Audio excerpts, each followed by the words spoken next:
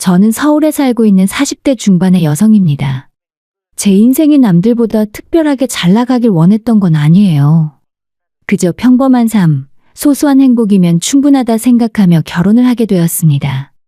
하지만 제 결혼 생활은 그 평범이라는 단어조차 허락되지 않더라고요. 정말이지 지옥이 따로 없었습니다. 결혼 생활 중에 제가 시댁에 가면 늘 신경이 잔뜩 곤두섰어요. 다혈질인 시어머니와 개념 없이 구는 시누이. 하지만 그 중에서 제일 큰 문제는 남편이었습니다. 만약 남편만이라도 그런 상황에서 제 편이 되어 주었다면 제가 이 결혼 생활을 참고 억지로 이어나갔을지도 모를 일이었어요. 하지만 남편은 그 두 사람보다 더하면 더했지 결코 도움이 되지 못했습니다. 제가 어렵게 마련한 집을 자기 여동생에게 통째로 넘기려 하질 않나, 몰래 시댁으로 들어갈 계획을 세우질 않나, 심지어 그 와중에 외도까지 저질렀어요. 그러니 저는 제가 지금껏 걸어온 인생이 너무도 아까워서 절대로 이 사람을 용서할 수 없었습니다. 결국 남편은 순간의 실수라며 만났던 상간녀 때문에 빈털터리가 되었고 그로 인해 지금은 인생이 완전히 무너져 내렸어요. 그런 전 남편의 최후를 보며 저는 깨달았습니다. 굳이 직접 복수하려 애쓰지 않아도 인생이 알아서 무너지는 사람이 있다는 걸요. 망하라고 기도하지 않아도 스스로 무너지는 삶이 있다는 것을요. 이제 제 지난 이야기를 풀어보려 합니다. 제가 결혼한 사람은 여동생이 하나 있는 남자였어요. 그 여동생은 나이 차이가 제법 나서 그런지 철이 없었지만 겉으로 보기엔 귀엽고 예쁜 아이였어요. 남편과 연애한 지 2년쯤 되었을 때 그 사람의 집안 형편을 어렴풋이 알게 되었습니다. 하지만 저희 집도 그다지 넉넉한 형편은 아니었기에 애초에 그런 건 크게 신경 쓰지 않았죠. 얼마 후에 막상 결혼 얘기가 나오자 그 집은 제 생각보다 훨씬 더 여유가 없다는 걸 알게 됐습니다. 그래서 결국 우리는 양가 부모님들의 지원 없이 결혼하기로 했죠. 그냥 도움받지 말고 우리 가진 걸로 시작해보자. 미안해. 우리 집안에 좀 여유가 있었으면 신혼집도 해오는 건데. 요즘 그런 게 어딨어. 다들 형편대로 시작하는 거지. 솔직히 저는 남편이 집을 해오길 바란 적은 없었습니다. 한 사람이 모든 걸 부담하는 것보다는 함께 준비하는 게 더 낫다고 생각했어요. 요즘 웬만한 집값이 얼마나 비싼데 그걸 남편 한 사람에게만 부담하라고 할 순 없잖아요. 그렇게 조금은 부족한 점도 있었지만 우리는 열심히 결혼 준비를 했고 얼마 후 부부가 되었습니다. 처음 시작은 16평짜리 재건축이 예정되어 있던 낡은 아파트였어요. 게다가 전세도 아닌 월세였지만 신혼의 설렘으로 가득 찬 보금자리였습니다. 하지만 집주인의 사정으로 계약 기간이 끝나기도 전에 이사를 해야 했고 급하게 알아본 빌라로 또다시 이사를 가게 되었죠. 하지만 그 당시에 전세 사기 뉴스도 많았고 집주인이랑 연락도 잘 안 되는 바람에 남편도 저도 너무 불안해지더라고요. 이대로는 도저히 마음 놓고 살 수 없겠다 싶어 계약 기간이 끝나기도 전에 부동산에 다시 집을 내놓았고 그렇게 짧은 시간에 또 이사를 하게 되었죠. 결혼을 하자마자 자리가 잡히기도 전에 몇 번의 이사를 반복하며 깨달았습니다. 집이 없는 서러움이라는 게 이런 거구나 하고요. 다행히 금전적인 손해가 크진 않았지만 그건 체력적으로 정신적으로 힘든 일이었어요. 애초에 혼수로 비싼 가구를 들이지도 않았는데 자꾸 여기저기 옮기다 보니 하나 둘씩 망가졌고요. 그럼에도 우리는 비교적 긍정적으로 살았습니다. 저는 정리의 달인이 되었고 쓸모없는 물건을 버리는 법도 배웠습니다. 여보, 이것도 버리자. 그건 그냥 두지. 아깝잖아. 이거 우리 충동구매로 사놓고 지금까지 한 번도 안 썼잖아. 솔직히 집에 있는지도 몰랐지? 그렇긴 하네. 좁은 집에서는 짐도 함께 살아야 하기에 쓸모없는 물건은 과감히 버리는 게 답이었습니다. 그럼에도 우리는 여전히 신혼이라 생각하며 살았어요. 집도 없고 가진 것도 없지만 직장이 있고 둘 다 아픈 곳 없이 건강하고 서로 의지할 수 있는 사람이 있으니 그걸로 충분하다 여겼지요. 하지만 단 하나, 시댁과의 관계만큼은 제가 어쩔 수 없었습니다. 처음엔 제가 부족해서 제 성격이 모난 곳이 있어서 시어머니와 가까워지지 못했다고 여겼어요. 하지만 결혼 후에 본 시어머니는 제가 알던 분이 아니었습니다. 순간에 화를 참지 못하고 쌍욕까지 하며 감정을 쏟아내는 분이었죠. 문제는 그분이 화가 나는 일이 있으면 그 감정을 전부 저에게 쏟아낸다는 겁니다. 말도 안 되는 일로 화를 내고 심지어는 본인 아들에게는 말 한마디 못하면서 저에겐 막말을 서슴지 않았어요. 야, 너는 뭐 대단한 일 한다고 우리 아들한테 집안일을 시켜?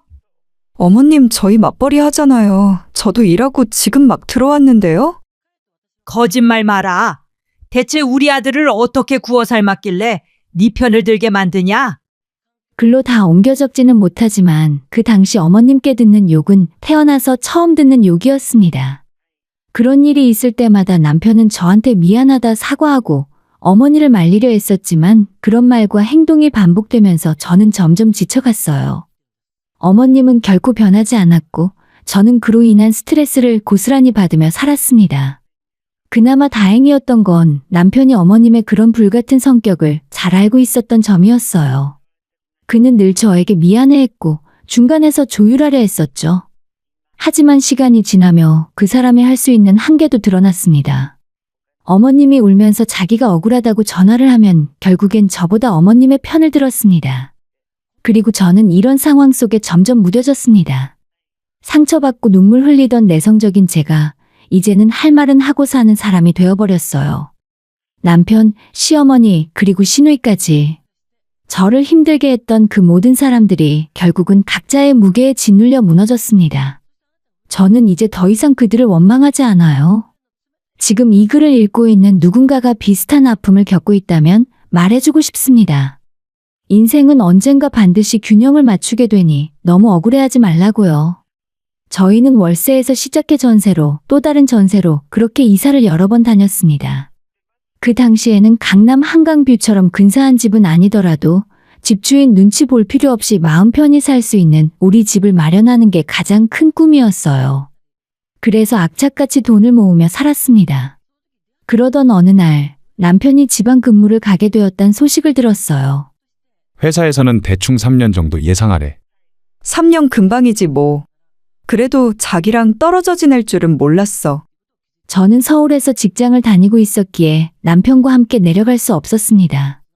그래서 우리는 딱 3년만 떨어져 있어도 서로를 위해 견디자고 약속했죠. 그렇게 주말 부부가 되어 평일에는 각자의 회사에서 열심히 일을 했고 주말이 되면 남편이 서울로 올라오기도 하고 가끔은 제가 남편의 사택이 있는 지방으로 내려가기도 했습니다.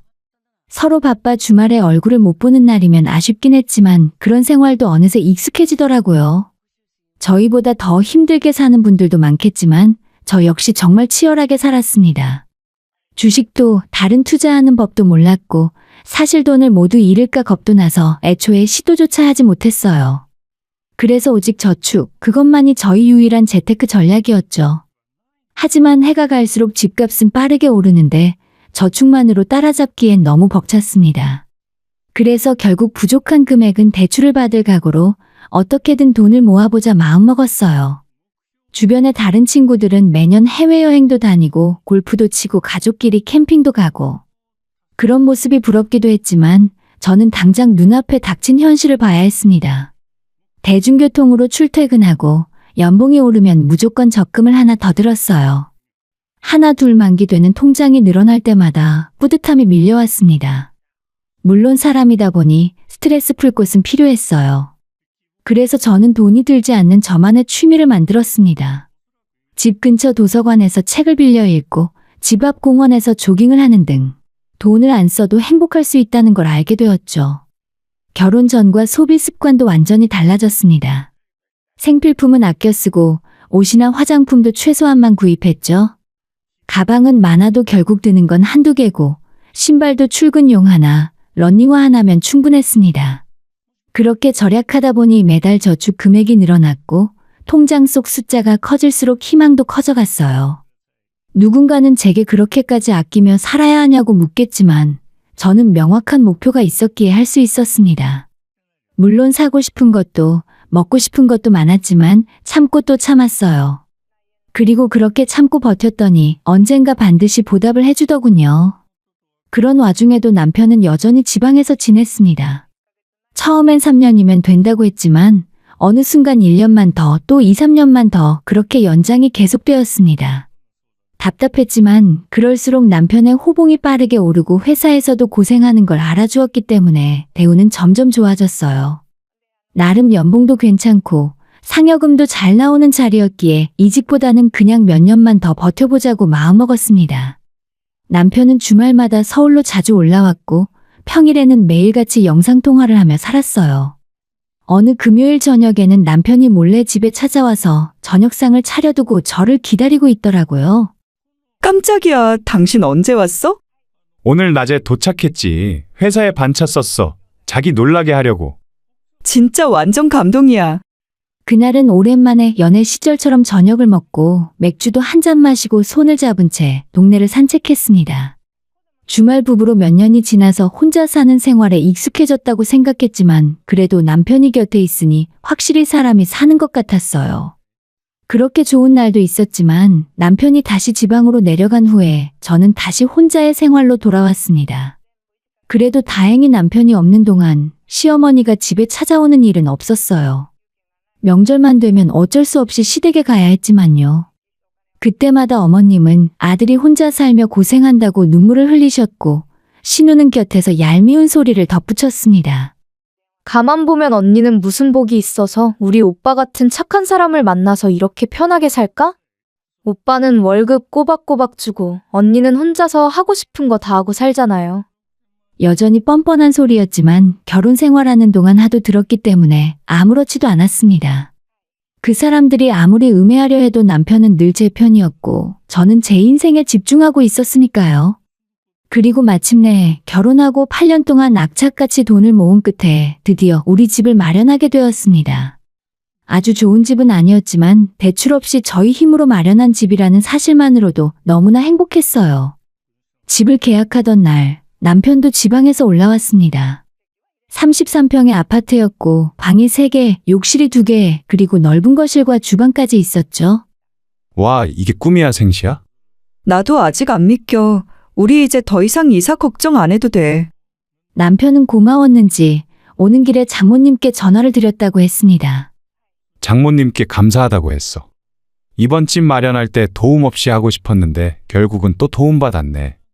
사실 집을 전부 저희가 모은 돈으로 산 건 아니었고 부족한 금액은 대출을 받는 대신 결국 친정에서 채워주셨습니다. 결혼할 때 아무 도움도 못 줬다며 이번만큼은 도와주고 싶다고 말이죠. 그 말이 제게는 얼마나 뭉클하던지요. 이 집에 살고 있는 지금 이 순간조차 저는 믿기지 않습니다. 돌이켜보면 험난한 여정이었지만 그래도 버텨내길 참 잘했다 싶어요. 모든 것이 힘겨웠던 날들 속에서도 내 집 마련이라는 하나의 꿈을 바라보며 걸어왔습니다. 그리고 얼마 후에 또다시 들려온 기쁜 소식은 남편이 드디어 서울로 돌아오게 되었어요. 아직 1년 더 남은 거 아니야? 나도 내년까지는 있어야 할 줄 알았는데 생각보다 빨리 올라올 수 있을 것 같아. 진짜 잘 됐다. 이번 가을이면 진짜 얼마 안 남았네. 이제 우리 진짜 잘 살아보자. 당신이 혼자 고생한 만큼 앞으로는 내가 더 잘할게. 남편은 그날 저녁 기차를 타고 다시 지방으로 내려갔고 저는 본격적으로 이사 준비를 시작했습니다. 이사 업체에서 대부분 처리해주겠지만 짐 정리는 제 몫이었죠. 망가진 가구는 다 버리고 이번엔 내 집에 들어가는 만큼 오래 쓸 수 있는 좋은 가구로 새로 장만할 생각이었습니다. 시간이 날 때마다 가구점도 다니고 가전제품도 하나씩 둘러봤어요. 처음 결혼을 준비하던 그때처럼 마음이 설레고 기분이 좋았습니다. 이사 당일 남편은 없었지만 좋은 이사업체를 만나서 짐은 순조롭게 옮겨졌어요. 좁은 집에서 넓은 집으로 이사를 오니 짐도 더 깔끔하게 정리됐고 청소는 좀 힘들어도 넓은 공간이 마냥 좋았습니다. 그런데 며칠 뒤 받기 싫은 한 통의 전화가 걸려왔어요. 바로 신우이였습니다. 언니, 새 집으로 이사 잘했어요? 뭐 그럭저럭요. 근데 언니, 그 집 관리비는 한 달에 얼마나 나와요? 뜬금없는 질문에 어리둥절하고 있는데 신우는 참 어이없는 말을 툭 내뱉었습니다. 언니, 아직 이야기 못 들었구나? 그 집 말이에요. 오빠가 우리 신혼집으로 쓰라고 준다 했어요. 너무 잘 됐죠? 뭐라고요? 제 집을요? 오빠가 엄마 모시고 살기로 했고 어차피 언니는 혼자 살고 있잖아요. 그래서 그 넓은 집이 필요 없다 하더라고요. 난 언니가 허락한 줄 알고 전화해 본 건데. 어이가 없었습니다. 남편이 제게 한마디 상의도 없이 이 집을 결혼하는 동생 부부에게 준다고 했다는 말이었죠. 그건 제겐 충격을 넘어 분노 그 자체였습니다. 그 당시 신우는 상견례를 앞두고 있던 상황이었고 결혼 준비를 조금씩 시작하고 있었는데 어차피 그쪽도 신혼집을 구해 들어갈 여유가 안 되니 대출을 받는 대신 저희 집을 쓰자는 아이디어를 냈던 것이었어요. 그리고 남편은 그 어이없는 제안에 동의를 하고 고개를 끄덕였다는 거였습니다. 저는 신우의 전화를 끊고 곧장 남편에게 전화를 걸었지만 받지 않았어요. 이건 전화 통화로 이야기하고 끝낼 일이 아니란 생각이 들어 바로 차를 끌고 남편이 머무는 지방 사택으로 향했습니다. 한밤중에 사택 문을 열고 들어갔지만 거기에 남편은 없었어요. 그의 방안과 그의 책상 어딜 봐도 흔적이 없었죠. 그런데 방 안에서 들려오는 벨소리. 남편이 핸드폰을 두고 나갔더라고요. 그 폰을 확인하는 순간 저는 심장이 내려앉는 느낌을 받았습니다. 어떤 여자와 다정히 볼을 맞대고 찍은 사진이 휴대폰 메인 화면에 올라와 있더라고요. 그걸 보자마자 바로 감이 왔습니다. 이 사람 여기에 다른 여자가 있구나? 지금 내가 따지러 온 문제는 집 때문이었는데 남편은 그보다 더 큰 배신을 저지르고 있었어요. 핸드폰을 계속 뒤져보니 제 예상이 맞았습니다. 다정하게 연락을 주고받으며 이미 깊은 사이로 발전해 있더군요. 시작한 지는 얼마 안 됐다고 해도 그건 중요하지 않았습니다. 바로 저에 대한 배신이 문제였어요. 그때 사택의 문이 열렸습니다. 현관에서 나는 소리에 나가보니 남편과 그 여자가 함께 들어오는 모습을 보게 되었어요. 여보, 당신이 여긴 웬일이야? 두 사람이 아주 다정하게 들어오네. 여기서 살림이라도 차린 거야? 아니야, 여보. 그게 아니고 얘는 그냥 회사 직원이야. 같이 이 지방 근무하는 처지에 같이 저녁이나 먹고 그런 거야. 누가 물어봤어? 그리고 너는 어디가? 내가 두 사람 사이를 방해하는 것 같아서 나가는 거야? 됐어. 어차피 나는 바로 갈 테니까 둘이 하던 거 계속해. 제가 차키를 들고 나가자 남편은 따라오지 못했고 상간녀는 제 뒤를 따라와 말했습니다. 잠깐 저랑 얘기 좀 하시죠. 난 그쪽이랑 할 말 없어. 너네 둘 다 내가 절대 가만 안 둘 거야. 가만 안 두면 뭘 어쩔 건데요? 정말 그 자리에서 상간녀 머리채라도 잡고 싶었지만 꾹 참았습니다. 서울로 돌아오는 길 무슨 정신으로 운전했는지도 모르겠더라고요. 새벽 3시가 넘은 시간에 집에 도착했고 현관 앞에 앉아 주저앉았을 때야 겨우 현실이 실감났습니다. 그리고 1시간 정도 지나자 남편이 집으로 따라왔더라고요. 저를 보자마자 무릎을 꿇었습니다. 내가 잘못했어. 정말 잘못했어. 용서해줘. 용서? 내가 너 몰래 서울에서 다른 남자랑 그러고 살았다고 생각해봐. 너는 용서할 수 있었을 것 같아? 정말 미안해. 어차피 걔랑은 얼마 안 됐어. 안 걸렸더라도 조만간 정리하려고 했다니까. 이제 서울 올라가게 되니까 금방 끝내려고 했어. 그걸 지금 말이라고 해. 그럴 거면 애초에 시작을 하지 말았어야지. 손이 너무 떨려서 손바닥으로 남편의 뺨조차 때릴 수 없었지만 눈에 들어온 식탁 위에 플라스틱 쟁반을 들어서 남편의 머리를 때려버렸습니다. 툭! 쟁반이 반으로 쪼개졌고 남편은 제게 맞고도 계속 미안하다는 말만 반복했어요. 그럼 우리 집 얘기는 뭐야? 당신 동생한테 준다고? 나한테 상의 한마디도 없이? 이게 제정신이야? 그건 그냥 내가 알아서 처리하려고 했어. 엄마랑 네 사이가 어떤지 아니까 내가 중간에서 잘하면 괜찮을 줄 알았어. 네가 중간에서 잘한다고? 내가 네 와이프잖아. 내가 어떤 사람인지 모르면서 이 집을 지난 8년간의 내 고생을 그렇게 쉽게 넘겨?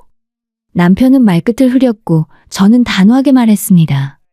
됐어. 나 이번 일은 절대 용서 못해. 바로 이혼이야. 내가 단호히 말하자 남편은 조용히 고개를 끄덕였습니다. 알았어. 네가 원하는 게 그거면 그렇게 하자. 도장 찍을게. 그런데 부탁이 하나만 있어. 적어도 우리 회사엔 제발 소문나지 않게 해줘. 그리고 우리 집에도 아무 말 말아줘. 응? 제발. 그 와중에도 자기 체면 걱정을 하던 남편은 제 앞에서 무릎을 꿇고 빌고 또 빌었습니다. 자기 엄마와 여동생에게는 부끄러운 사람이 되고 싶지 않다며 애원하듯 말했죠. 그리고 해가 뜰 때까지 그 자세로 무릎을 꿇고 있었습니다. 그 모습을 보고도 저는 아무 감정이 생기지 않더라고요. 그동안 행복을 꿈꾸며 힘들어도 참아왔던 결혼 생활이 이 한순간에 무너지는 걸 지켜보는 마음은 참담했고 제 자신이 너무 불쌍했습니다. 겨우 정신을 추스르고 출근 준비를 하기 위해 거실에 나가니 남편은 여전히 고개를 떨군 채 졸고 있더라고요. 그런 남편을 뒤로하고 아무 말도 없이 세수하고 준비를 하는데 남편이 뒤따라오며 말했습니다. 잘못했어. 내가 정말 잘못했다니까.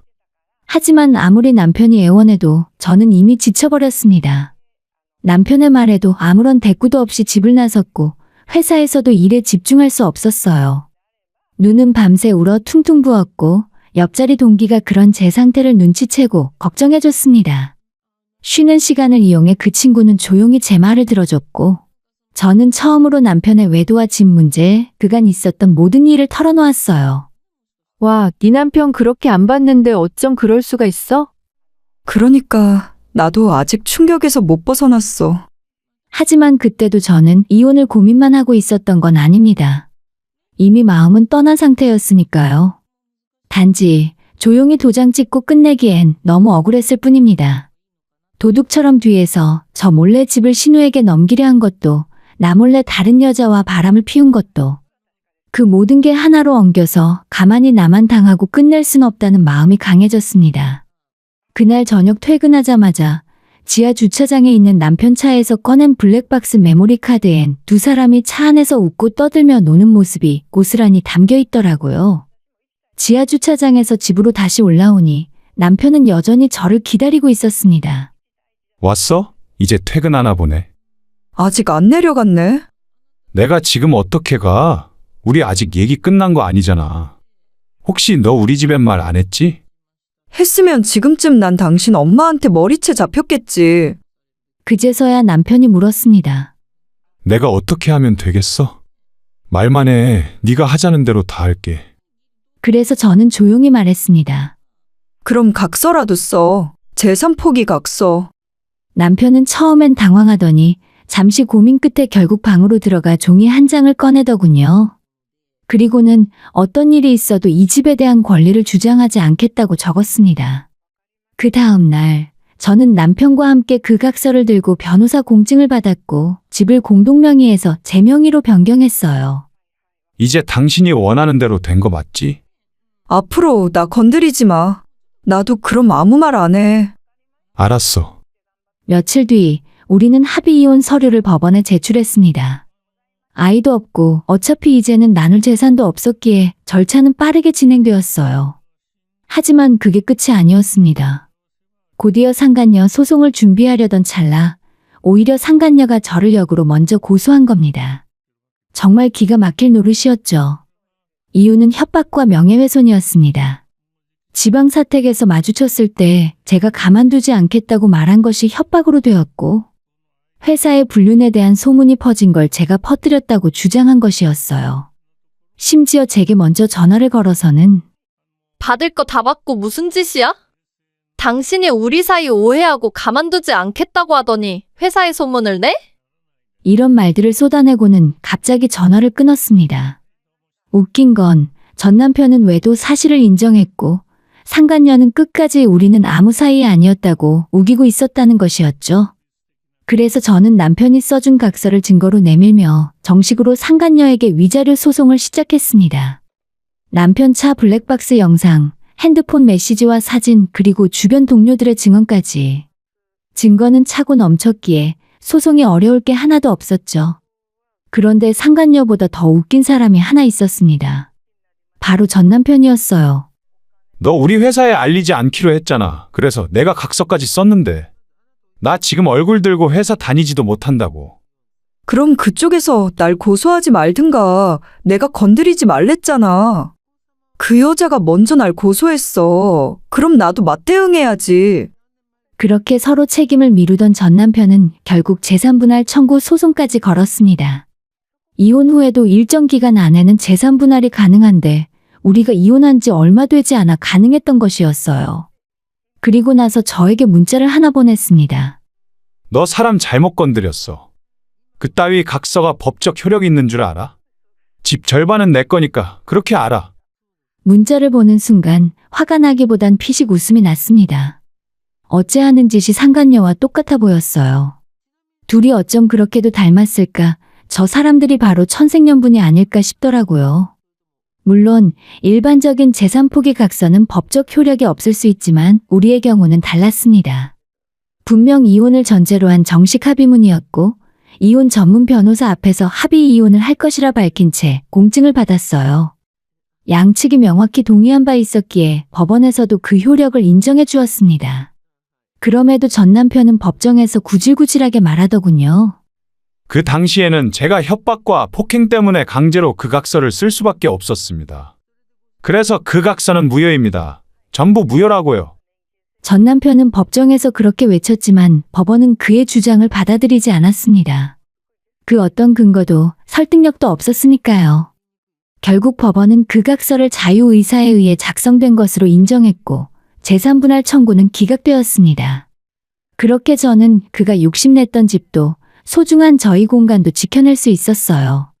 그리고 예정대로 상간녀 소송도 계속 진행했습니다. 상간녀는 뻔뻔하게 그땐 이미 헤어진 사이였다고 주장했지만 헤어졌든 아니든 가정을 파탄낸 책임은 피할 수 없었어요. 그녀는 유부남이라는 걸 알면서도 멈추지 않고 행동했고 저는 이미 그 모든 증거를 차곡차곡 모아두었죠. 덕분에 조정은 오래 걸리지 않았고 너무나도 쉽게 위자료 판결이 났습니다. 소송 비용 역시 상간녀가 모두 부담하게 되었죠. 판결 후 제 변호사님은 마지막 재판정에서 조용히 이렇게 말했습니다. 이번 판결로 인해 그동안 억울했던 마음이 조금이라도 가셨으면 합니다. 그 말을 듣는 순간 묵직하게 가라앉아 있던 제 속이 조금은 풀리는 느낌이 들었어요. 하지만 겨우 여기서 끝은 아니었습니다. 저는 전 남편에게도 위자료 청구를 따로 했어요. 그 사람은 화를 내며 말했죠. 야, 너무한 거 아니냐? 재산도 전부 너가 다 가져갔는데 이젠 위자료까지 줘야 돼? 그러게, 그럼 딴 여자 만나기 전에 나랑 먼저 끝냈어야지. 네가 바람을 피웠다는 건 나라는 사람의 영혼을 갉아먹은 일이야. 그걸 겨우 이런 푼돈으로 갚을 수 있다고도 생각하지 않아. 하지만 그게 네가 져야 할 책임이니까 달게 받아. 그에게는 그 여자가 남았겠죠. 그리고 저에겐 혼자라는 자유와 평화가 남았습니다. 당연한 말이지만 소송은 모두 제가 이겼어요. 집도 지킬 수 있었고 두 사람에게 위자료도 받았습니다. 하지만 아무리 시간이 지나도 마음속 깊은 상처는 쉽게 아물지 않았어요. 그래도 저는 무너지지 않기 위해 하루하루를 다시 세우듯 살아갔습니다. 회사는 조용했고 몇몇 동료들은 제 상황을 알고 배려해 주더라고요. 요즘 이혼이 무슨 흠이야. 김대리 잘못한 거 하나도 없잖아. 잘했어. 속 시원하다. 그 말에 참 많은 위로를 받았습니다. 소송으로 몇 달을 보낸 어느 날 예상치 못한 전화가 걸려왔습니다. 신우였어요. 뭐예요? 내가 오랜만에 전화했는데 왜 그렇게 받아요? 그러니까 대체 무슨 일이신데요? 전 시댁은 아직 저희 부부가 이혼한 사실을 모르고 있었던 것 같았습니다. 신우는 당황하며 말했어요. 오빠가 술 취해서 우리 집 앞에서 자고 있길래 깜짝 놀랐어요. 그럼 그쪽 오빠한테 물어보세요. 제가 그걸 어떻게 알아요? 그렇게 이야기하고 전화를 끊었지만 다음은 시어머니였습니다. 예전과 똑같이 전화를 받자마자 소리부터 질렀어요. 야, 너희들 이혼했니? 네, 그걸 이제야 아셨어요? 누가 그딴 이혼 허락했어? 네가 뭔데 우리 아들 인생을 망쳐? 인생을 망치다뇨. 바람핀 건 어머님 아들이에요. 그 여자를 며느리로 삼으시든 이젠 제가 알 바 아니에요. 그날 밤 전 시어머니와 신우는 저희 집까지 찾아와 소란을 피웠습니다. 돈 한 푼 안 주고 쫓아냈다며 신혼집이 어쩌니 그 집은 원래 자기네 거라느니. 이야기를 들어보면 다 거짓이고 억지를 부렸어요. 이렇게 좋은 집에 혼자 살면서 우리 아들 망하게 하니 좋냐? 그러게요. 그럼 그 아드님이 그런 짓은 안 하셨어야죠. 시어머니는 끝내 현관 앞바닥에 드러누워 고함을 질렀고 신우는 결혼해도 살 집이 없다며 울먹였습니다. 아무리 돌아가라 해도 들어먹지 않으니 결국 경찰이 출동했어요. 제가 아니라 아래층에서 소음 신고를 했던 거죠. 경찰 2명이 도착했고 시어머니와 신우는 경찰에 의해 끌려나갔습니다.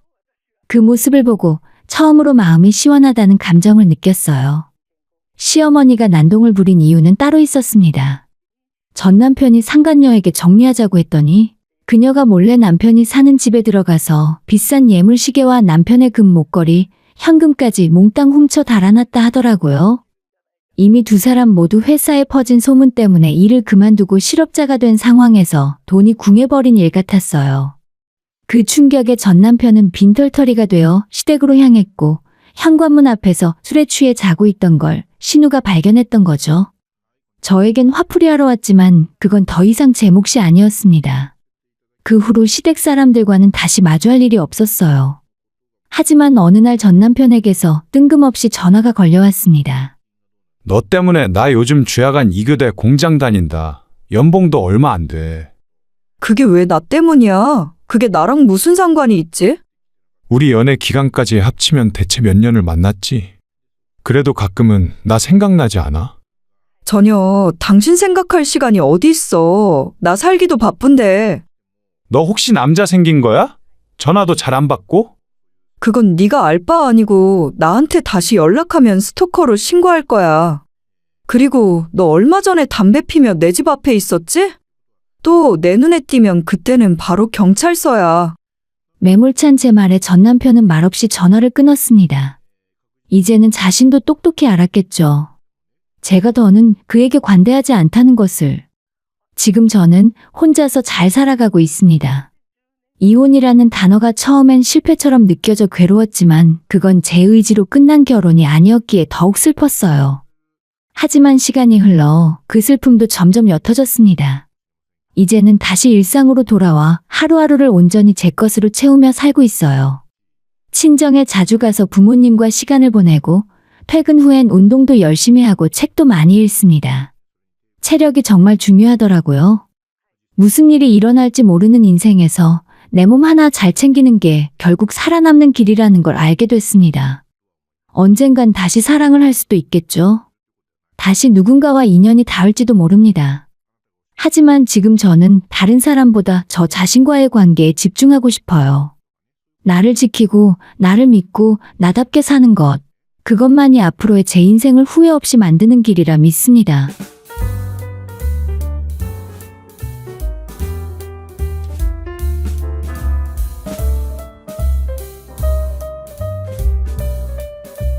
저는 경기도 수원에 사는 30대 중반 여성입니다. 오늘 여러분께 제 이야기를 들려드리려고 해요. 지금 생각하면 정말 믿기지 않는 일들이었지만 당시엔 제 일상이었고 제 결혼 생활 전부였던 이야기입니다. 저는 몇 년 전 지인의 소개로 남편을 만났어요. 첫인상은 솔직히 그렇게 특별하진 않았습니다. 평범한 직장인에 말투도 조용한 편이었고 딱히 화려하거나 로맨틱한 사람은 아니었죠.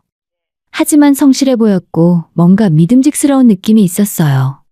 우린 1년 정도 연애를 했고 서로의 가족도 만나면서 자연스럽게 결혼을 결심하게 됐습니다. 우리 둘 다 형제가 하나씩 있네. 신기하지? 그러게, 나는 남동생 하나, 당신은 여동생 하나. 그럼 나중에 우리 동생들 결혼할 때 서로 도와주자. 형제끼리 그런 거 중요하잖아. 당연하지, 우린 가족이니까. 그때는 정말 그렇게 생각했어요. 우리는 서로의 가족을 아끼는 사람들이고 함께 미래를 계획하는 파트너라고요. 결혼 준비는 순조로웠습니다. 양가 부모님께서 신혼집 마련을 도와주셨고 저희는 큰 빚 없이 전셋집을 얻었어요. 결혼식도 소박하게 치렀고 신혼여행도 다녀왔습니다. 그렇게 우리의 결혼 생활은 시작됐어요. 평범하고 안정적이고 조용한 일상이었죠. 남편은 회사를 다녔고 저도 계속 직장 생활을 이어갔습니다. 주말엔 같이 장을 보러 가고 가끔 외식도 하고 부모님 댁에 번갈아 가며 인사를 드렸어요. 그렇게 1년쯤 지났을 때였어요. 여보, 우리 이제 슬슬 아이 계획도 세워야 하지 않을까? 나도 생각은 하고 있어. 근데 아직 좀 더 여유 생기면. 맞아, 그래서 말인데 지금부터 미리미리 준비를 해둬야 할 것 같아. 애 낳으면 돈 많이 들잖아. 그건 그렇지. 그래서 나 요즘 주식 좀 공부하고 있어. 뭐? 주식? 그 순간 제 표정이 굳었던 걸 기억해요. 저는 주식을 좋아하지 않았어요. 아니, 정확히는 무서웠어요. 주변에서 주식으로 손해본 이야기를 너무 많이 들었던 적이 있었거든요. 누구는 몇 천만 원 날렸다. 누구는 집까지 날렸다. 그런 이야기들이요. 주식은 좀 위험하지 않아? 우리 그냥 적금이나 꾸준히 넣자. 아니야, 나도 알아. 근데 요즘은 다들 하잖아. 조금만 공부하면 괜찮아.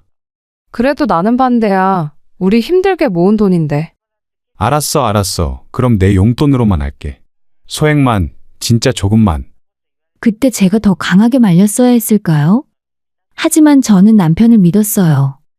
용돈으로만 한다고 했고 소액만 한다고 약속했으니까요. 그래서 저는 조건을 걸었습니다. 좋아. 근데 딱 2가지 약속해줘. 첫째, 절대 우리 공동 통장은 건드리지 마. 둘째, 조금이라도 손해보면 바로 그만둬. 당연하지. 걱정하지 마. 남편은 웃으며 고개를 끄덕였어요. 그리고 저는 그 약속을 믿었습니다. 처음 몇 달은 괜찮았어요. 남편은 가끔씩 오늘 5만 원 벌었어. 하며 좋아했고 잘 됐네. 저도 그냥 넘어갔죠. 그런데 점점 남편의 눈빛이 달라지기 시작했어요.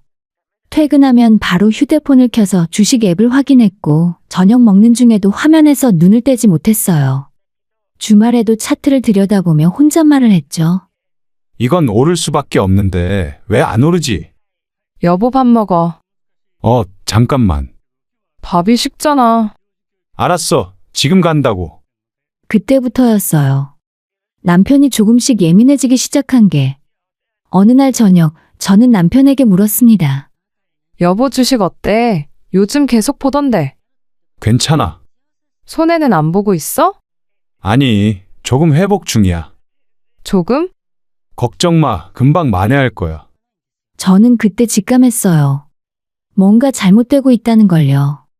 그리고 며칠 후에 결정적인 사건이 터졌습니다.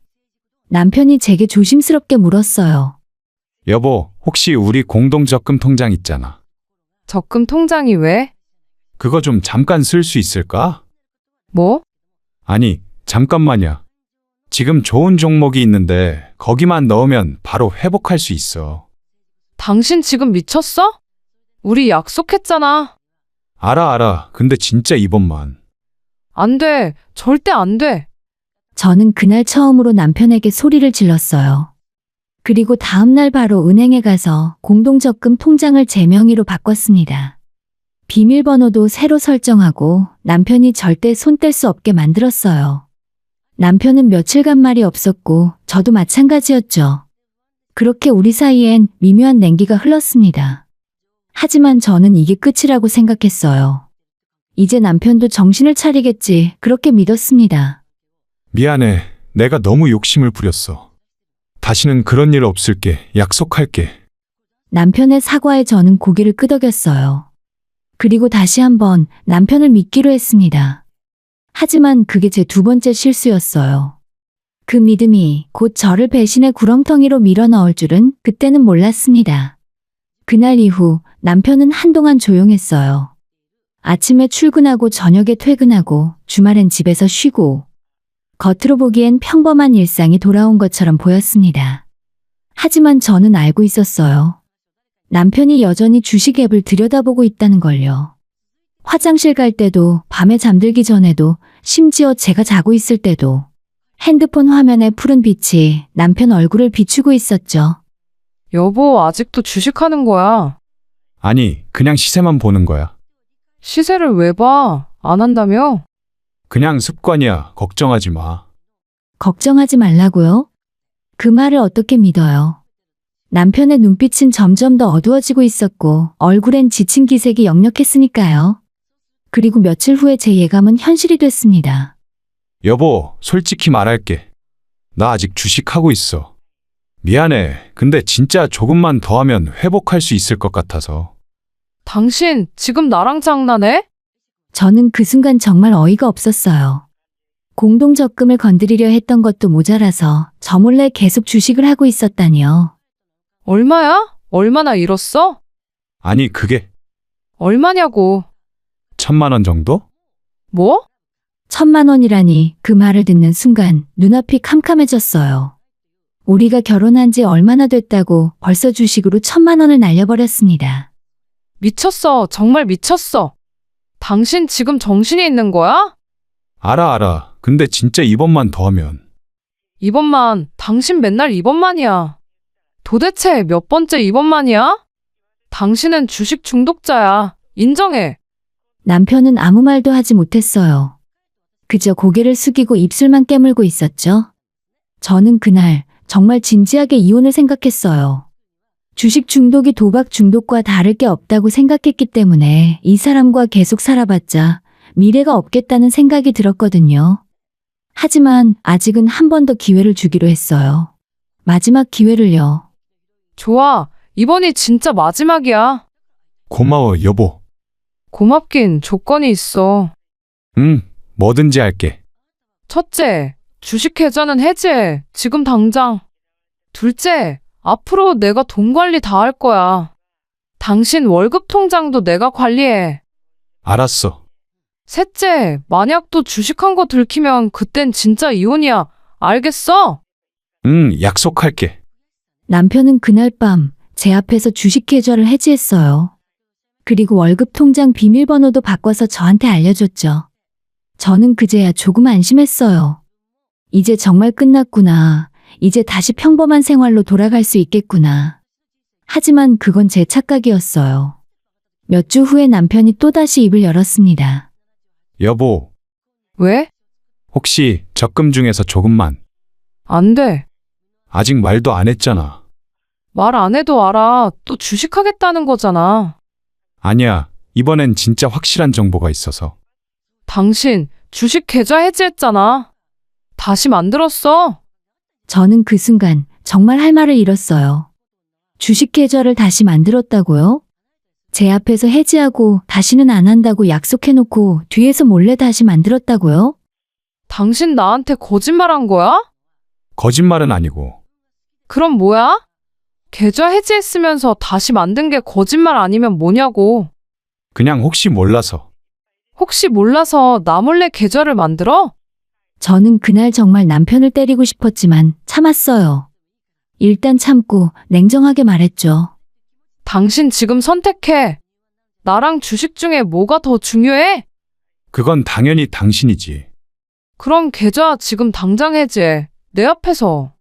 알았어. 남편은 또다시 핸드폰을 꺼내서 계좌를 해지했어요. 하지만 이번엔 믿을 수가 없었어요. 또 뒤에서 몰래 만들 게 뻔했으니까요. 그래서 저는 더 강하게 나갔습니다. 당신 신분증 줘. 왜? 신분증 없으면 계좌 못 만들잖아. 내가 보관할 거야. 그건 좀. 싫으면 이혼해. 남편은 결국 신분증을 내놨어요. 저는 그걸 제 지갑에 넣고 남편 지갑엔 신분증 사본만 넣어줬죠. 이제는 정말로 주식은 못할 거예요. 신분증 없이 계좌를 만들 수는 없으니까요. 그렇게 또 한 달쯤 지났을까요? 남편은 겉으로는 조용했지만 저는 알 수 있었어요. 남편이 여전히 주식 생각을 하고 있다는 걸요. 밤마다 한숨을 쉬고 뉴스에서 주식 이야기만 나오면 귀를 쫑긋 세우고 그리고 가끔씩 아주 조심스럽게 제게 물어보곤 했죠. 여보, 우리 적금 통장에 지금 얼마나 모였어? 그건 왜? 그냥 궁금해서. 2천만 원 좀 넘었어. 많이 모였네. 그러니까 건드리지 마. 알았어. 하지만 남편의 눈빛엔 여전히 욕심이 남아 있었어요. 저 돈으로 주식만 하면 그런 생각이 눈에 보이는 것 같았죠. 저는 그때부터 확신했어요. 이 사람은 절대 변하지 않을 거라고요. 주식은 이미 남편의 일부가 되어버렸고 언젠가 또다시 문제를 일으킬 거라는 것을 말이죠. 그리고 그 예감은 몇 달 후에 정확히 들어맞게 됩니다. 어느 날 친정엄마에게서 전화가 왔어요. 딸, 너희 동생 드디어 결혼한대. 그때 그 아가씨? 드디어 결혼식 날짜 잡았나 보네. 상견례 때 보니까 좋은 사람 같았지? 결혼식 날짜도 최대한 잡았어. 다다음 달 15일이야. 알겠어요. 그때 꼭 할게요. 동생의 결혼 소식은 저는 기뻤어요. 동생이 좋은 사람 만나서 결혼한다니 누나로서 정말 축하해주고 싶었거든요. 그날 저녁 저는 남편에게 그 소식을 전했습니다. 여보, 내 동생 드디어 결혼한대. 처남이 축하할 일이네. 다다음 달 15일이래. 우리 같이 가야지. 당연하지. 근데 축의금은 얼마 낼 거야? 그 질문을 듣는 순간 저는 잠시 멈칫했어요. 축의금이요. 우리 결혼 전에 남편이 했던 말이 떠올랐거든요. 우리 서로 동생 결혼할 때 500만 원씩 내주자. 그때 남편이 먼저 제안했던 말이에요. 형제끼리 도와야 한다면서 500만 원 정도는 내주는 게 맞다고요. 저도 그때 동의했었죠. 좋은 생각이라고, 우리도 나중에 동생들한테 신세 질 일이 있을 거라고요. 당신이 그랬잖아. 500만 원씩 내주자고. 아, 그랬지. 근데 지금은 좀. 왜? 무슨 문제 있나? 아니, 문제는 아닌데 지금 돈이 좀 빠듯하잖아. 뭐가 빠듯해. 적금도 있고 원래 약속이 그렇잖아. 그건 그렇지만 남편의 목소리엔 뭔가 망설임이 묻어났어요. 하지만 저는 그냥 넘어갔어요. 그냥 돈 쓰는 게 아까워서 그러는 거겠거니 그렇게 생각했죠. 걱정하지 마. 내가 적금에서 빼서 준비할게. 그래, 알았어. 며칠 후에 저는 은행에 가서 현금 500만 원을 인출했어요. 그리고 집에 와서 하얀 봉투에 정성스럽게 넣었죠. 하지만 저는 동생 결혼식에 갈 수가 없었는데 결혼식 이틀 전 있었던 회사 회식에서 음식을 잘못 먹고 노로바이러스 장염에 걸리게 되었습니다. 그래서 동생 결혼식에는 참석할 수가 없었고 남편만 대신 보내게 되었죠. 여보, 봉투 챙겼어? 응, 가방에 넣었어. 잃어버리지 마. 알았어, 걱정 마. 그렇게 대답하는 남편의 뒷모습을 보면서 약간은 불안한 마음도 살짝 들었습니다. 동생의 결혼식이 끝난 후에 저희는 평범한 일상으로 돌아왔어요. 남편은 여전히 회사를 다녔고 저도 예전처럼 직장 생활을 이어갔죠. 동생은 신혼여행을 다녀왔고 새 보금자리에서 행복하게 지내고 있다는 소식을 들었어요. 모든 게 순조로웠습니다. 아무 문제도 없었죠. 적어도 그 전화가 오기 전까지는요. 그날은 평범한 주말 오후였어요. 저는 집에서 청소를 하고 있었고 남편은 거실에서 TV를 보고 있었죠. 그때 제 핸드폰이 울렸어요. 동생이었습니다. 동생, 무슨 일이야? 누나, 왜? 목소리가 왜 그래? 누나, 나한테 솔직하게 말해줘. 동생의 목소리엔 뭔가 이상한 기운이 감돌았어요. 차갑고 날카롭고 그리고 분노가 섞인 목소리였죠. 누나랑 매영이 내 결혼식에 얼마 냈어? 500만 원 냈잖아. 왜? 뭐, 500만 원? 그래, 당연하잖아. 예전에 너한테 그만큼 주겠다고 약속했잖아. 그 순간 전화 너머로 동생의 비웃는 소리가 들렸어요. 누나, 거짓말하지 마. 뭐? 매영이 결혼식에 낸 거 5만 원이야. 뭐라고? 저는 순간 귀를 의심했어요. 그게 무슨 소리야? 나 분명히 500만 원 봉투에 넣어서 보냈는데? 아니야, 봉투 안에 10,000원짜리 5장밖에 없었어.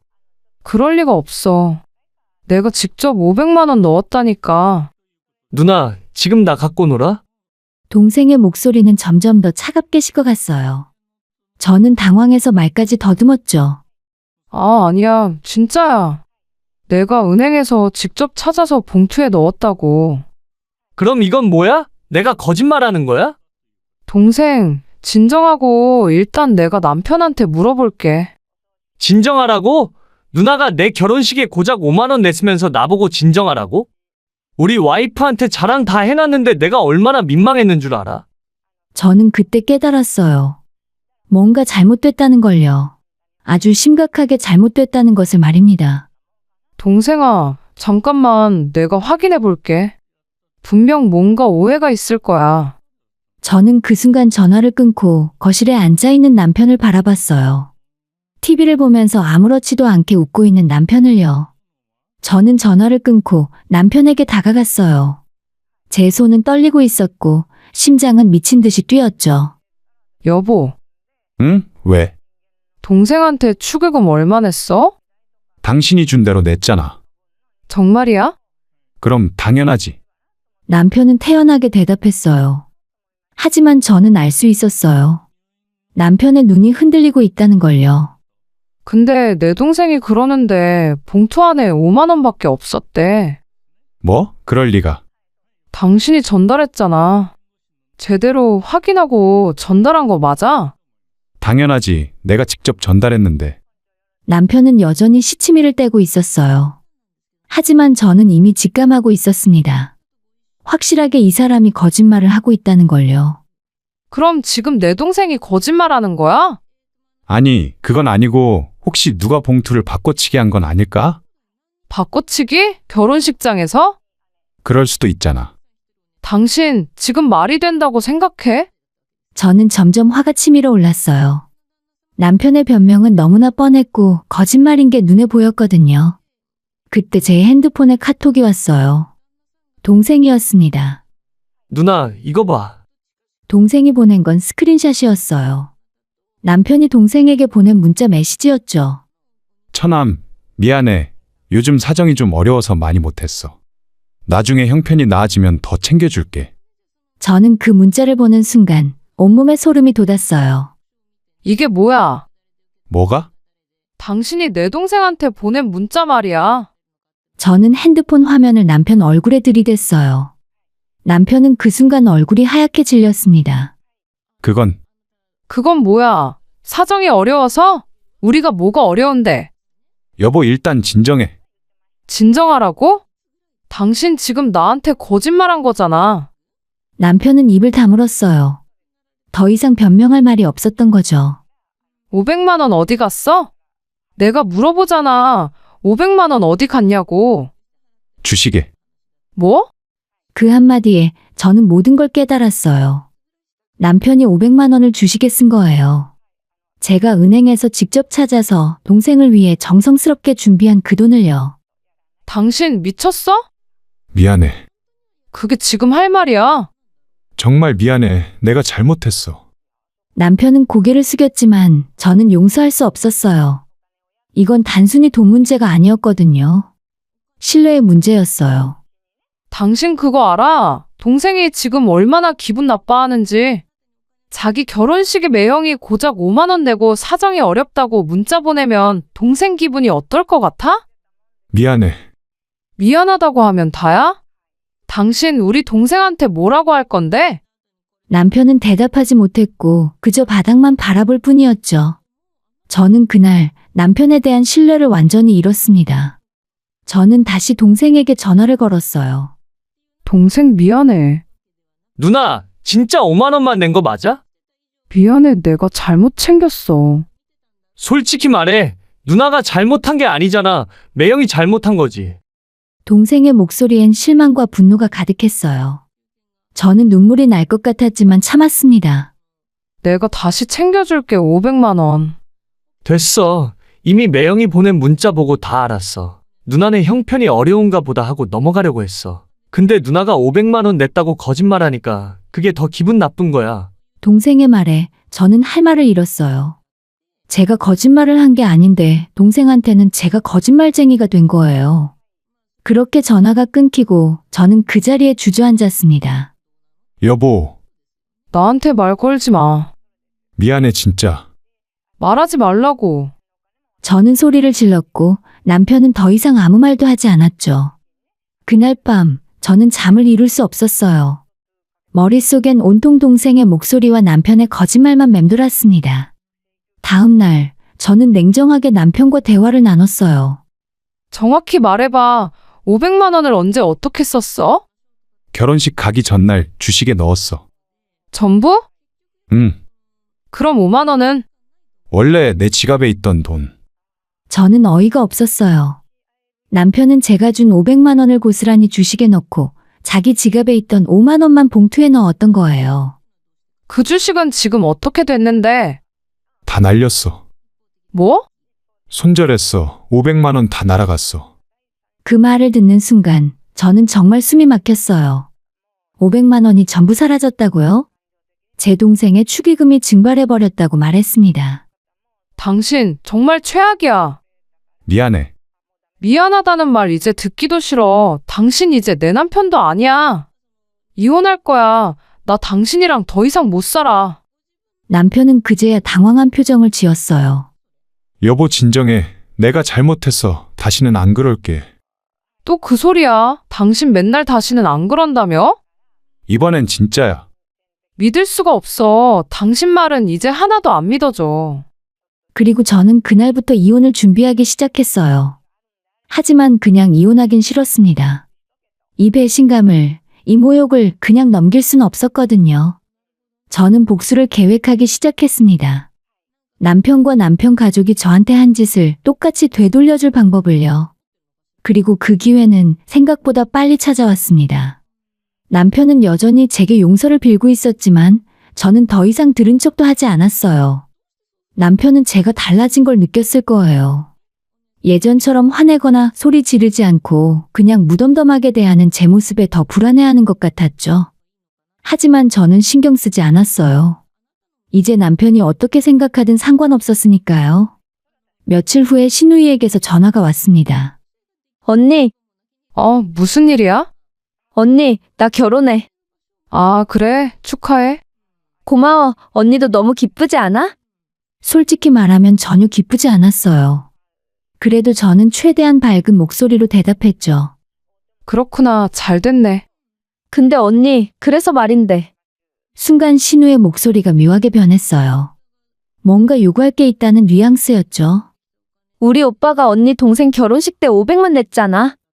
근데 나는 500만 원으론 부족할 것 같아. 저는 그 말을 듣는 순간 핸드폰을 던져버리고 싶었어요. 얼마나 필요한데? 최소 5천만 원? 남자 쪽에서 집을 해온다고 하니까 나도 맞춰서 가야지. 뭐? 아니면 외제차 사줘도 돼. 신우는 태연하게 정말 당연하다는 듯이 말했어요. 저는 어이가 없어서 웃음이 나올 뻔했습니다. 그게 말이 돼? 왜? 언니가 형편이 괜찮잖아. 오빠 월급도 많이 받고. 그리고 나는 오빠한테 하나뿐인 여동생이야. 좀 챙겨줘야지. 정말 뻔뻔한 사람이었어요. 여동생이면 뭐든 다 해줘야 하나요? 5천만 원을 왜 남의 돈으로 받으려고 하는 거죠? 하지만 저는 참았어요. 아니, 오히려 이 기회를 놓치지 않기로 했죠. 그래, 알겠어. 외제차 사줄게. 와, 진짜? 역시 새언니가 최고야. 신우는 환호성을 질렀고 마치 복권에 당첨된 것처럼 기뻐했죠. 저는 핸드폰 너머로 신우의 들뜬 목소리를 들으며 차갑게 미소 지었습니다. 근데 언니, 어떤 차로 할까? 나 벤츠 좋아하는데. 네가 고르고 싶은 거 골라. 내가 살게. 와, 진짜? 대박, 고마워, 언니. 천만에 동생 결혼인데 당연히 챙겨줘야지. 전화를 끊고 나니 남편이 제 옆에 서 있었어요. 여보, 방금 내 동생 전화였어? 맞아. 당신이 걔한테 외제차 사준다고 했어? 그래. 진심이야? 남편은 놀란 표정으로 저를 바라봤어요. 아직도 제가 화나 있을 줄 알았던 거죠. 당연하지. 하나뿐인 신우이 결혼인데 내가 챙겨줘야지. 고마워, 여보. 진짜 고마워. 뭐가 고마워. 가족인데. 그 말에 남편은 눈시울이 붉어졌어요. 제가 이해해주고 다 용서해준 줄 알았던 거죠. 하지만 저는 속으로 비웃었어요. 이 사람은 아직도 모르고 있어요. 제가 무슨 생각을 하고 있는지요. 며칠 후에 신우가 저희 집으로 찾아왔어요. 차 카탈로그를 한아름 안고 와서는 저에게 보여줬죠. 언니 이거 봐. 이 차 어때? 벤츠네. 이 클래스 이거 진짜 예쁘지 않아? 얼마짜리인데? 8천만 원 정도? 요즘 다 이 정도는 타잖아. 8천만 원이라니 저는 속으로 한숨을 쉬었어요. 정말 간도 큰 사람이더라고요. 좋아. 그걸로 해. 진짜? 언니 최고야. 사랑해. 신우는 저를 껴안으며 좋아했어요. 하지만 저는 그 포옹이 역겨웠습니다. 근데 언니, 계약금은 언제 줄 수 있어? 차 계약하려면 계약금 먼저 내야 하잖아. 차는 내가 사주는 거니까 계약도 내가 할게. 이 모델 맞지? 아, 그래? 알았어. 신우는 아무 의심 없이 고개를 끄덕였어요. 저는 속으로 피식 웃었습니다. 이 사람은 정말 순진해요. 아니, 욕심에 눈이 멀었다고 해야 할까요? 하지만 며칠 후에 신우에게서 다시 전화가 왔어요. 언니 나 계약했어. 뭐? 차 말이야. 차 벤츠 계약했다고. 내가 하기로 했잖아. 아, 근데 기다릴 수가 없어서 일단 계약금 내고 왔어. 저는 순간 당황했어요. 계획이 틀어진 건가 싶었죠. 돈도 없다면서 계약금은 어떻게 냈어? 카드론 받았어. 어차피 언니가 나중에 전액 주기로 했으니까 그걸로 갚으면 되잖아. 그러니까 언니, 차 나올 때 8천만 원 준비해줘. 알았지? 신우는 일방적으로 말하고 전화를 끊었어요. 카드론까지 받아서 성급하게 차를 계약하는 건 계산에 없었지만 오히려 더 좋았어요. 그날 저녁 저는 남편에게 물었어요. 여보, 신우가 차 계약했대. 진짜? 벌써? 카드론 받아서 계약금 냈대. 남편의 얼굴이 조금 굳었습니다. 괜찮아. 내가 차 나올 때 8천만 원 줄 테니까. 8천만 원? 차값이 그 정도래. 여보, 그건 좀 너무 비싸지 않아? 아무리 자기 동생 일이라도 8천만 원은 부담스러운 금액이었죠. 왜? 당신 동생 결혼식인데 챙겨줘야지. 그건 그렇지만. 알았어. 고마워, 여보. 남편은 여전히 제가 진심으로 신우를 챙겨주는 줄 알았어요. 저는 그날부터 결혼식 날짜를 손꼽아 기다렸습니다. 신우의 결혼식을 며칠 앞두고 저는 은행에 갔습니다. 그리고 현금 8천만 원이 아니라 5만 원을 준비했습니다. 깨끗한 하얀 봉투에 10,000원짜리 5장을 넣고 정성스럽게 봉을 했어요. 결혼식 전날 불안함을 느꼈는지 남편이 제게 물었습니다. 여보, 내일 축의금 준비됐어? 8천만 원 맞지? 그럼 당연하지. 걱정 마. 대답을 듣고 남편은 안도의 한숨을 쉬었어요. 저는 그 모습을 보며 속으로 웃었습니다. 결혼식 당일 아침, 저는 평소보다 일찍 일어났어요. 남편도 정장을 차려입고 들뜬 표정으로 준비를 했죠. 여보, 축의금 봉투 챙겼어? 가방에 넣었어. 잃어버리지 마. 8천만 원이야. 저는 가방 안에 봉투를 만졌어요. 그 안엔 8천만 원이 아니라 단 5만 원만 들어있었죠.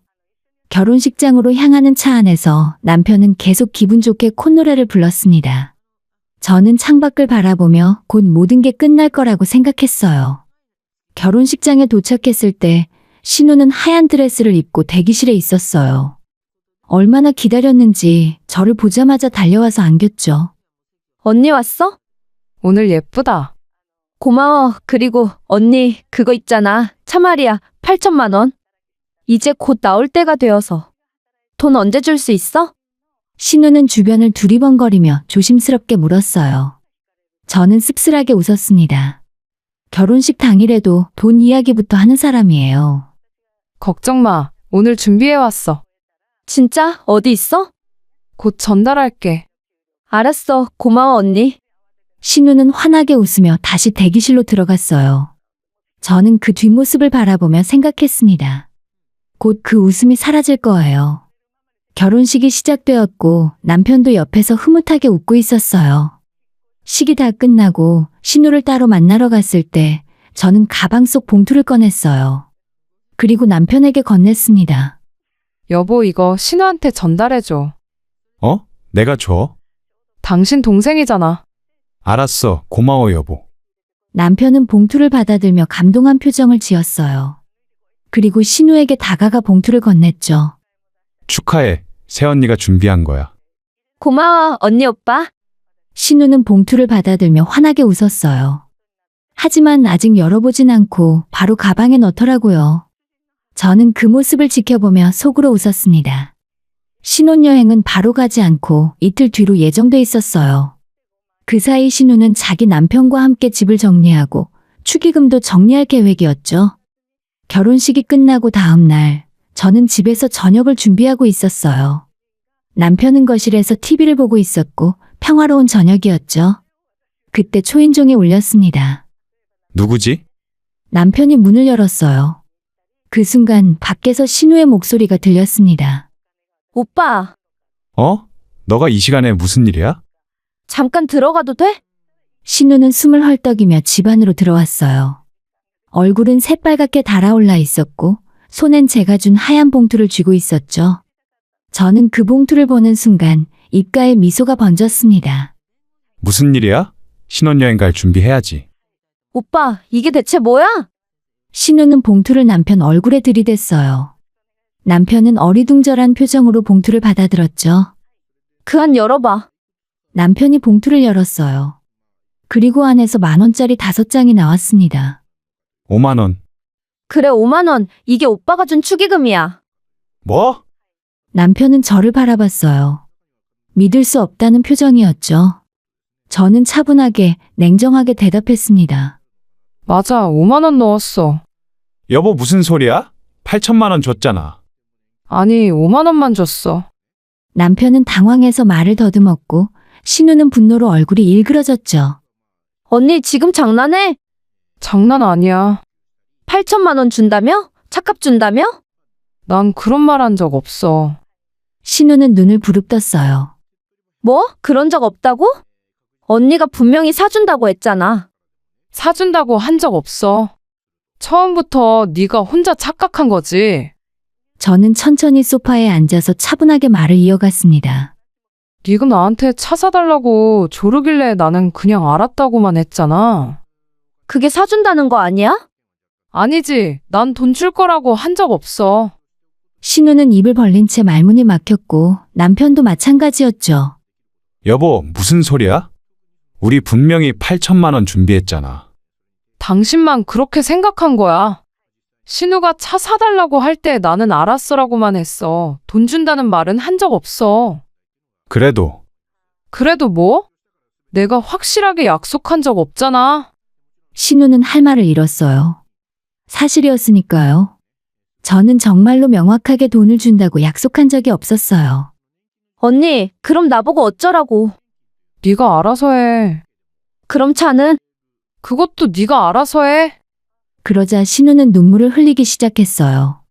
하지만 저는 전혀 동정심이 들지 않았습니다. 언니, 제발. 나 정말 차값 갚아야 해. 남편 보는 눈도 있고. 그건 내 문제가 아니야. 언니! 신우가 소리를 질렀어요. 하지만 저는 여전히 차분했습니다. 내가 왜 네 빚을 갚아줘야 해? 너 혼자 욕심부려서 계약한 건데. 그래도 언니가 사준다고. 명확하게 약속한 적 없어. 너 혼자 착각한 거야. 신우는 주저앉아서 남편을 바라보며 소리쳤죠. 오빠, 이거 뭐야? 오빠가 언니한테 뭐라고 좀 해봐. 하지만 남편은 아무 말도 하지 못했어요. 제 동생 결혼식 때 자기가 저지른 일을 알고 있었으니까요. 신우는 저를 노려봤지만 저는 전혀 흔들리지 않았습니다. 언니 진짜 이럴 거야? 나는 받은 만큼만 돌려준 거야. 네 오빠가 내 동생한테 한 짓을 나도 너한테 똑같이 했어. 공평하지? 신우는 더 이상 할 말이 없었는지 그저 바닥에 주저앉아 울기만 했죠. 남편도 옆에서 고개를 숙이고 있었습니다. 그럼 신혼여행 잘 다녀와. 저는 그 말을 남기고 방으로 들어갔어요. 뒤에서 신우의 울음소리와 남편의 한숨소리가 들렸지만 저는 신경 쓰지 않았습니다. 1시간쯤 지났을까요? 신우는 결국 집을 나갔어요. 남편은 거실에 홀로 앉아 있었죠. 미안해. 미안하다는 말 이제 듣기도 싫어. 남편이 고개를 들었는데 눈가가 붉어져 있었죠. 내가 정말 잘못했어. 이제 알았어도 이미 늦었어. 저는 서랍에서 서류 봉투를 꺼냈어요. 그리고 남편에게 건넸습니다. 이게 뭐야? 이혼 서류? 뭐? 남편은 봉투를 열어봤어요. 그 안엔 이혼 합의서가 들어있었죠. 여보 진심이야? 진심이야. 나는 싫어. 이혼 안 할 거야. 나는 할 거야. 남편은 고개를 저었어요. 제발 다시 생각해줘. 이미 생각 끝났어. 내가 잘못했어. 다시는 안 그럴게. 또 그 소리야? 당신 맨날 그 말만 해. 저는 냉정하게 말했고 남편은 울먹이기 시작했죠. 기회는 이미 여러 번 줬어. 이제 끝이야. 저는 그 말을 남기고 다시 방으로 들어갔습니다. 남편의 울음소리가 들렸지만 저는 문을 닫았어요. 그날 밤 저는 오랜만에 편하게 잠들었습니다. 복수를 끝냈고 이제 새로운 시작만 남았으니까요. 신우는 8천만 원짜리 차가 출고될 테고 자기 남편과 시댁에 이야기해놓은 것이 있으니 대출을 끌어서라도 차를 살 수밖에 없었습니다. 그리고 일주일 후에 남편은 결국 이혼 서류에 서명했어요. 더 이상 버틸 수 없었던 거죠. 저는 그 서류를 받아들고 법원에 제출했습니다. 이제 정말 끝이에요. 이혼 서류를 제출한 후에 저는 처음으로 홀가분함을 느꼈어요. 오랫동안 짓눌렸던 무게가 사라진 기분이었죠. 남편은 여전히 이혼을 받아들이지 못하고 있었어요. 여보 제발 다시 생각해줘. 이미 서류 제출했어. 취소할 수 있잖아. 난 취소 안 할 거야. 남편은 매일 제게 매달렸어요. 하지만 저는 단 한 번도 흔들리지 않았습니다. 얼마 후에 법원에서 조정 날짜가 잡혔는데 그날 저는 혼자 법원에 갔고 남편도 혼자 왔더군요. 조정위원 앞에서 남편은 마지막으로 애원했습니다. 저는 이혼하고 싶지 않습니다. 그래도 상대방이 원하는데요. 제가 잘못했습니다. 기회를 주세요. 조정위원이 저를 바라봤어요. 부인은 어떻게 생각하시나요? 저는 이혼하겠습니다. 혹시 합의 가능성은 없나요? 전혀 없습니다. 저는 단호하게 대답했어요. 조정위원은 한숨을 쉬었죠. 그렇다면 재산 분할 문제를 논의해야겠네요. 사실 저희에게 재산이라고 할 만한 게 많지 않았어요. 신혼집은 전세였고 끼고 있는 전세 대출도 상당했죠. 하지만 저는 한 가지를 확실히 챙기기로 했습니다. 공동적금은 제가 가져가겠습니다. 여보, 그건 당신이 내 동생한테 준 피해에 대한 배상이야. 남편은 입을 다물었어요. 그리고 신혼집 전세금은 당신이 가져가. 어차피 대출 갚으면 얼마 안 남을 거야. 남편은 고개를 숙였어요. 전세금에서 대출을 제하면 손에 쥐는 돈이 거의 없다는 걸 알고 있었거든요. 위자료는 따로 청구하지 않고 적금만 받을게. 알았어. 남편은 결국 모든 조건을 받아들였어요. 그리고 한 달 후에 이혼이 정식으로 성립됐습니다. 저는 통장에 들어온 적금을 확인했어요. 5,800만 원. 결코 적지 않은 돈이었죠. 저는 그 돈으로 가장 먼저 할 일을 정했습니다. 동생에게 전화를 걸었어요. 누나, 오랜만이네. 시간 있니? 좀 만날까? 왜? 그냥 만나자. 동생의 목소리는 여전히 차가웠어요. 하지만 저는 포기하지 않았습니다. 며칠 후에 저는 동생을 만났어요. 카페에서 마주 앉은 동생은 여전히 불편한 표정이었죠. 무슨 일이야, 누나? 내가 미안해. 갑자기 왜? 저는 가방에서 봉투를 꺼내서 동생에게 건넸습니다. 이게 뭐야? 열어봐. 동생이 봉투를 열자 안에서 현금이 나왔어요. 500만 원이었습니다. 네 결혼식 때 제대로 못 준 축의금. 정말 미안해. 내가 남편이 한 일을 제대로 확인 안 해서. 동생의 눈가가 붉어졌어요. 누나, 괜찮아. 이미 지난 일인데. 아니야, 지난 일이 아니야. 나는 네가 상처받은 거 알아. 동생은 눈물을 흘렸어요. 저도 덩달아 눈물이 났죠. 누나, 매영이랑 이혼했다며? 이제 끝났어. 잘한 거야. 솔직히 그 사람 별로였어. 알아, 나도 이제 알아. 우리는 한참을 울었어요. 그리고 그날 이후 동생과의 관계는 다시 회복됐습니다. 이혼 후에 저는 친정으로 돌아왔어요. 부모님께서는 말없이 저를 받아주셨죠. 딸, 괜찮아? 네, 엄마, 괜찮아요. 고생 많았다. 이제 편히 쉬어. 엄마의 따뜻한 말에 저는 또 눈물이 났어요. 정말 오랜만에 느끼는 안정감이었습니다. 한편 남편의 소식도 들려왔어요. 신우를 통해서였죠. 언니, 우리 오빠 요즘 진짜 힘들어해. 주식빚도 많고 집도 나왔대. 좀 도와줄 수 없어? 저는 그 문자를 보고 피식 웃었습니다. 그리고 답장을 보냈어요. 그건 네 오빠 문제야. 나는 상관없어. 그 말에 신우는 더 이상 답장하지 않았습니다. 이혼하고 몇 달이 지났어요. 저는 친정에서 편안하게 지내며 마음을 추스르고 있었죠. 그러던 어느 날 우연히 남편을 마주쳤어요. 동네 마트에서였습니다. 남편은 초췌해 보였어요. 얼굴은 수척했고 옷차림도 엉망이었죠. 요즘 어떻게 지내? 잘 지내. 당신은? 나는 남편은 말을 잇지 못했어요. 저는 더 이상 기다리지 않고 그 자리를 떠났습니다. 그날 이후 저는 남편을 다시 마주치지 않았어요. 그리고 솔직히 마주치고 싶지도 않았습니다. 이혼한 뒤로 저는 이제 완전히 새로운 삶을 살고 있었어요. 직장도 다시 다니기 시작했고 친구들도 자주 만났죠. 어느 날 동생에게서 전화가 왔습니다. 누나, 우리 드디어 아이가 생겼어. 진짜? 축하해. 고마워. 근데 누나, 누나도 다시 시작해봐. 이제는 좋은 사람 맞나? 동생의 말에 저는 잠시 생각했어요. 다시 시작할 수 있을까요? 생각해 볼게. 저는 그동안의 일들을 떠올렸어요. 남편의 배신과 신우의 욕심, 그리고 제 복수, 이제 그 모든 게 끝났어요. 복수는 달콤했어요. 그리고 그 달콤함 덕분에 저는 다시 일어설 수 있었습니다. 신우는 결국 분수에 넘치는 차를 팔고 신혼 초부터 빚에 시달렸다고 들었어요. 전 남편은 주식 빚을 갚느라 고생하고 있다고 하고요. 하지만 저는 더 이상 그들에게 관심이 없어요. 제 인생에서 완전히 지워버렸으니까요.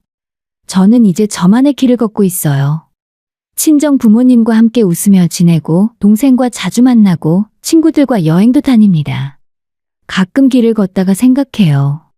그때 참았으면 어땠을까? 하지만 금방 고개를 젓습니다. 아니에요. 참았으면 저는 평생 후회했을 거예요. 복수를 했기에 저는 후련하게 떠날 수 있었어요. 그리고 지금 저는 행복합니다.